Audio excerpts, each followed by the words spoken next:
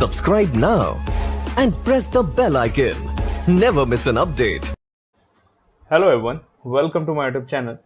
तो आज से यहाँ पर हम क्लर्क मेंस लेवल का यहाँ पर क्वेश्चन डिस्कस करेंगे। तो जो भी अब पजल्स के क्वेश्चन सॉल्व करेंगे वो क्लर्क मेंस लेवल का होगा। देखिए यहाँ पर 2 वेरिएबल वाले भी क्वेश्चंस आते हैं और 3 वेरिएबल वाले भी क्वेश्चंस आते हैं। तो अब जितने भी क्वेश्चंस किए थे वो थोड़े हम बोल सकते हैं कि अब जो क्वेश्चंस करेंगे उससे आसान थे, बट अब जो क्वेश्चंस आएंगे वो आसानी से आपसे नहीं बनने वाले। चलिए तो क्वेश्चन देखते हैं। क्वेश्चन में यहाँ पर बोला है कि there are 7 person P Q R S T U and V who lives in same building. The building has 7 floors where ground floor is number 1 and floor above it is number 2 and so on। तो यहाँ तक तो information हमेशा same होता है, ground floor number 1 and जो यहाँ पर जितने फ्लोर्स होंगे उसमें का जो लास्ट फ्लोर होगा वो टॉप मोस्ट फ्लोर होगा। अब नेक्स्ट लिखा है no 2 person live in same floor, no 2 person lives on same floor, each one of this person has different age. अब यहाँ पर एक्स्ट्रा इन्फॉर्मेशन क्या है तो वो है एज। तो अभी भी यहाँ पर हमारा 2 वेरिएबल वाला क्वेश्चन है। तो आपके क्लर्क के मेंस में 2 वेरिएबल वाले भी क्वेश्चंस आते हैं, 3 वेरिएबल वाले भी क्वेश्चंस आते हैं। ये जो क्वेश्चन है ऐसे क्वेश्चंस आपसे 4 से 5 मिनट में बन जाना चाहिए, क्योंकि इसके साथ आपके पास यहाँ पर 4 से 5 क्वेश्चंस भी होंगे। तो ये सॉल्व करेंगे, फिर इससे रिलेटेड 4 से 5 क्वेश्चंस होंगे।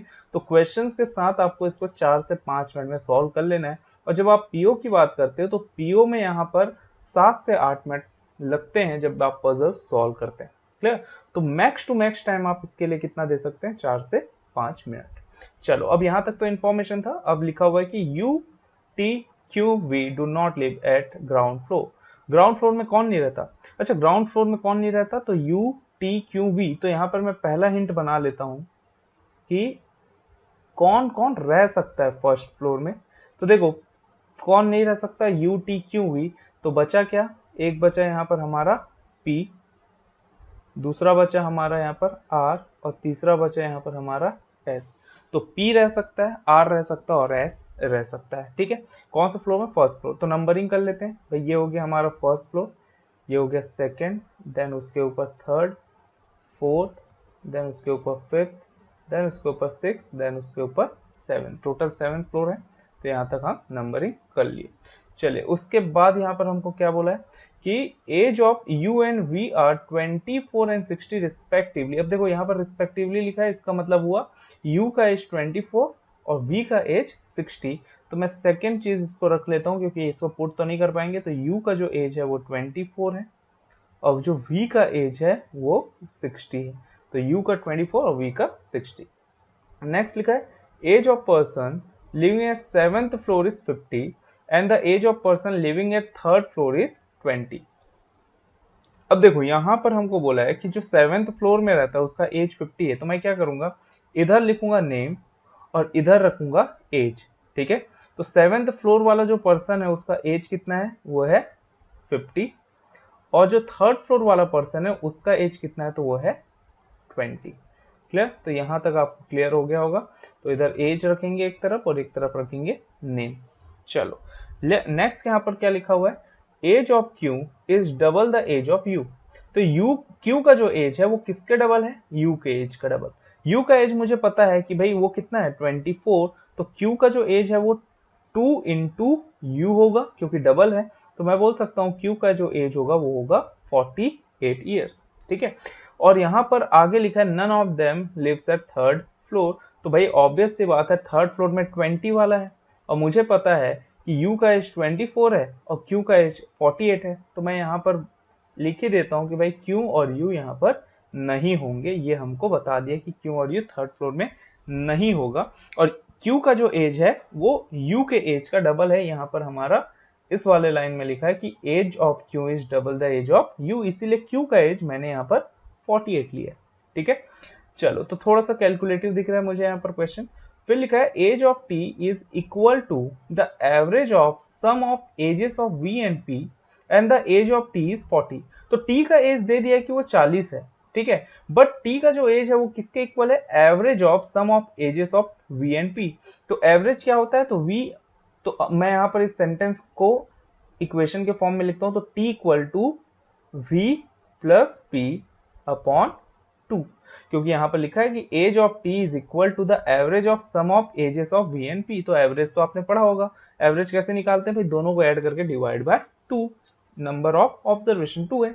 अब मुझे टी का एज पता है कि भाई वो 40 है, तो 40 equal to V plus P upon 2 को अगर इधर लेके चले गया लेफ्ट हैंड साइड तो ये हो जाएगा 80 equal to v plus P. अब देखो v का एज मुझे पता है वो कितना है 60। अगर आप सेकेंड हिंट देखें तो यहाँ पर हमको पता है कि v का जो एज है 60 है, तो मतलब p का एज कितना होगा, तो मैं यहाँ से p का एज कितना निकाल लूंगा 20 ईयर्स। क्लियर, क्योंकि टोटल 80 निकालना है, अगर v का 60 है तो p का ऑब्वियस सी बात है 20 होगा। तो मैं यहाँ पर लिख लेता हूँ कि भाई p का एज जो है वो 20 है। अब देखो थर्ड हिंट, अगर आप थर्ड फ्लोर देखेंगे तो किसका एज 20 है, p का। तो यहाँ पर हमको पता है p का एज 20 है, तो मैं यहाँ पर नेम के जगह लिख लेता हूँ p।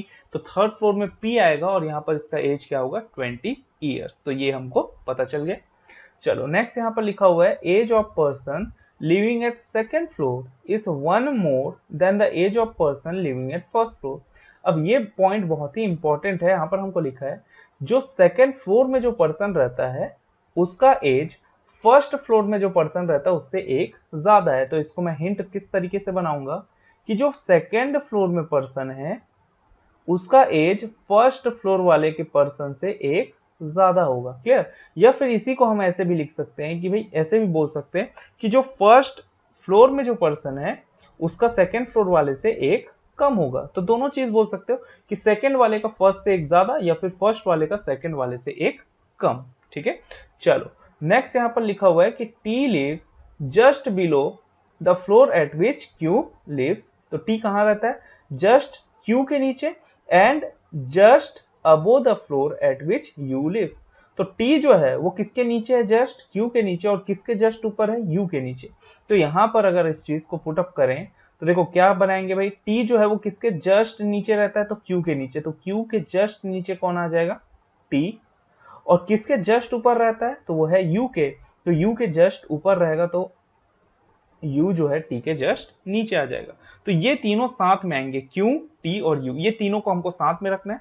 Q का एज मुझे पता है कि 48 है, T का जो एज है वो कितना है, यहाँ पर हमारे पास 40 ऑलरेडी गिवन है, और U का जो एज है वो है 24।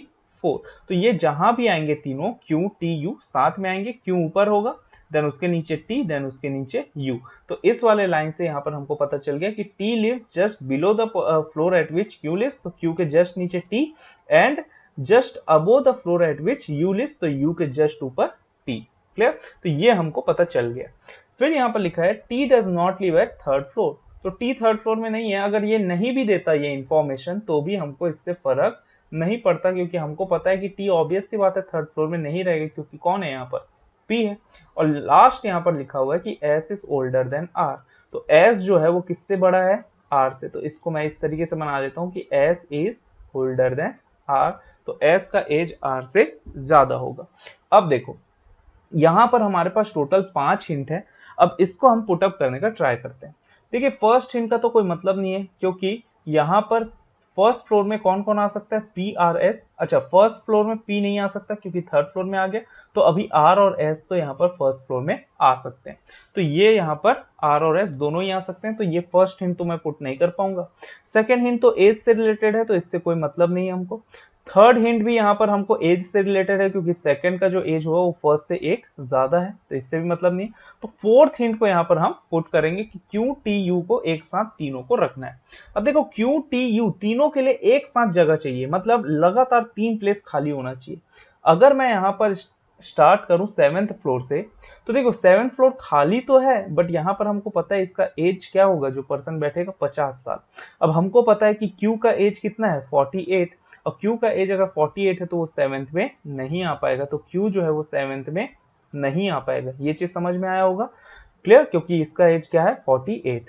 तो अब कौन सा बच गया, 6, 5 एंड 4। तो यही 3 जगह हमारे पास लगातार खाली दिख रहा है, इसके अलावा और कोई भी सा जगह लगातार खाली नहीं है। क्लियर, तो Q, T, U को मैं कहाँ बैठाऊंगा, Q को रखूंगा 6 में, T को रखूंगा 5th में, और U को रखूंगा मैं 4th में, क्योंकि इसके अलावा लगातार 3 प्लेस खाली और कहीं पर नहीं है, क्योंकि थर्ड फ्लोर में ऑलरेडी कौन है, P। तो Q, T, U जो है वो फर्स्ट और सेकंड में तो आने की कोई भी सवाल, कोई भी पॉसिबिलिटी नहीं है। और 7th में यहाँ पर क्यू को हम नहीं रख सकते क्योंकि यहाँ पर जो पर्सन बैठेगा उसका एज 50 ईयर्स होगा। क्लियर? तो यहाँ पर भी क्यू नहीं बैठेगा, तो सिर्फ और सिर्फ कौन सा दिखा, 6, 5 एंड 4। तो 6 में क्यू बैठेगा, टी जो है वो 5th में बैठेगा और यू जो है वो 4th में बैठेगा। इसके रिस्पेक्टफुल एज हम लिख लेते हैं कि क्यू का एज 48 है, टी का एज 40 है और यू का एज 24 है। ठीक है, अब देखो हमारे पास क्या क्या बचे हैं। एक पर्सन हमारा बचा है आर, एक पर्सन हमारा बचा है एस और एक पर्सन हमारा बचा है वी। ये 3 पर्सन यहाँ पर हमको पुट करने बाकी है और 3 जगह बचा है। अब देखो फर्स्ट फ्लोर में आर और एस ही आ सकता है, तो ठीक है भाई, फर्स्ट फ्लोर में तो आर और एस ही आ सकता है। ठीक है, अब अगर वी के लिए जगह देखूं तो सिर्फ बचा क्या मेरे पास, सेकेंड और 7th। अब 7th में यहाँ पर v को मैं इसलिए नहीं ला सकता क्योंकि v का एज कितना है यहाँ पर हमारे पास, अगर आप सेकेंड हिंट देखें तो v का एज कितना है, 60। तो देखो v जो है वो 7th फ्लोर में नहीं आ पाएगा क्योंकि यहाँ पर जो पर्सन बैठेगा उसका एज कितना है, 50। v जो है वो फर्स्ट फ्लोर में नहीं आ पाएगा क्योंकि यहाँ पर तो ऑलरेडी हमको लिखा हुआ था फर्स्ट। अगर आप क्वेश्चन देखेंगे तो फर्स्ट यहाँ पर लाइन में लिखा है कि यू टी क्यू वी, ये फर्स्ट फ्लोर में नहीं रहते, ग्राउंड फ्लोर में नहीं रहते। तो v जो है फर्स्ट में नहीं आ पाएगा, v जो है वो 7th में भी नहीं आ पाएगा, तो सिर्फ v के लिए जगह बचा वो है सेकेंड। तो v सेकेंड में आ गया तो इसका एज कितना है, 60। तो v 60 को यहाँ पर हम रख लिए। अब यहाँ पर हम किसको रखेंगे, r और s को। तो r और s कहाँ कहाँ आएंगे ये देख लेते हैं। ठीक है, अब सबसे पहली बात, r और s दोनों जगह आ सकता है। तो r यहाँ पर आएगा तो s 7th में, और अगर s फर्स्ट में आएगा तो r 7th में, ये हमको पता है। ठीक है, बट 5th हिंट यहाँ पर लिखा है कि s जो है वो r से बड़ा है। अब s r से बड़ा है, सिर्फ हमको 7th वाले पर्सन का एज पता है कि वो 50 ईयर्स है। क्लियर? अब अगर यहाँ पर का एज पता चल जाए तो हम यहाँ पर इस हिंट को पुट कर सकते हैं। अब देखो ये जो थर्ड हिंट है हमारा कि सेकंड वाला जो फ्लोर में जो पर्सन बैठा है, तो सेकंड फ्लोर वाला पर्सन कौन है, v, जिसका एज कितना है, 60। उसका फर्स्ट फ्लोर वाले से एक ज्यादा है, तो इसका मतलब फर्स्ट वाले का v से एक कम होगा। तो मैं बोल सकता हूं यहाँ पर जो पर्सन बैठेगा उसका एज कितना होगा, 59। अब यहाँ पर जो पर्सन बैठा उसका अगर एज 59 है तो अब हमको पता है कि s जो है वो r से बड़ा है। अब एक जगह बचा है 59 और एक जगह बचा है 50। s का एज r से ज्यादा है, तो मैं यहाँ पर फर्स्ट में किसको बैठाऊंगा, s को। तो r को यहाँ से हटा लेते हैं, तो यहाँ पर बैठेगा s और 7th में कौन बैठेगा, तो वो है r। तो मेरा यहाँ पर सॉल्यूशन निकल के आ गया कि भाई r जो है वो 7th में रहेगा, q उसके जस्ट नीचे 6 में, then t, then u, then p, then v, then s। तो ये हमारा सॉल्यूशन सॉल्व हो गया। तो इस तरीके से आपको यहाँ पर सॉल्व करना है, और ऐसे ही यहाँ पर अगर आप अप्रोच लगाएंगे तो आप आसानी से क्वेश्चन सॉल्व कर लेंगे। क्लियर? चलिए अब इससे रिलेटेड यहाँ पर हमारे पास कुछ क्वेश्चन है जिसका यहाँ पर हमको आंसर देना है। चलिए पहला क्वेश्चन यहाँ पर पूछा है कि what is the age of R, R का एज क्या होगा। तो आर का एज क्या होगा, तो अगर यहाँ पर हम देखें तो आर का एज कितना है, देखो आर कौन से फ्लोर में है, 7th फ्लोर में, और इसका एज कितना है, 50। तो मैं यहाँ पर तुरंत आंसर टिक कर दूंगा, ऑप्शन नंबर बी। नेक्स्ट यहाँ लिखा है what is the age of S. चलिए एस का एज देखते हैं, तो एस का एज क्या है, तो एस का एज अगर हम बात करें तो वो है फर्स्ट फ्लोर में है एस, और एस का एज कितना दिख रहा है मुझे, 59। तो मैं यहाँ पर बोल सकता हूँ, फिर से ऑप्शन नंबर जाएगा इसमें बी, तो बी को टिक कर लेंगे, 59। नेक्स्ट यहाँ पर लिखा है who lives in floor number 5। तो फ्लोर नंबर 5 में कौन रहता है ये पूछा गया। तो फ्लोर नंबर 5 में कौन दिख रहा है हमको, टी। तो यहाँ पर हमारा आंसर आ जाएगा ऑप्शन नंबर सी। तो यहाँ पर 5th फ्लोर में कौन है, तो वो है टी। नेक्स्ट लिखा है what is the total age of P, U and V. P, U और वी का टोटल एज क्या होगा। चलिए भाई पी का एज कितना है यहाँ पर अगर देखा जाए तो 20 है, तो पी का 20। यू का कितना है, 24, तो 24, पी का 20 और v का कितना है, तो वो है 60। तो इसको जब आप ऐड करेंगे तो ये हो जाएगा 104। तो टोटल एज कितना दिख रहा है मुझे, 104।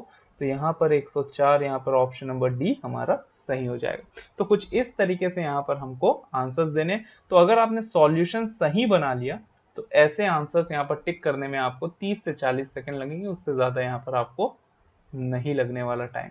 क्लियर? तो इसी तरीके से आप क्वेश्चन सॉल्व करिए और इसी लेवल के क्वेश्चन सॉल्व करिए जब आप यहाँ पर क्लर्क मेंस का यहाँ पर तैयारी कर रहे हैं। तो मिलेंगे नेक्स्ट वीडियो में, कुछ और यहाँ पर हम क्वेश्चन यहाँ पर डिस्कस करेंगे नेक्स्ट वीडियो में इसी लेवल का। तो मिलेंगे नेक्स्ट वीडियो में। Thank you for watching my videos.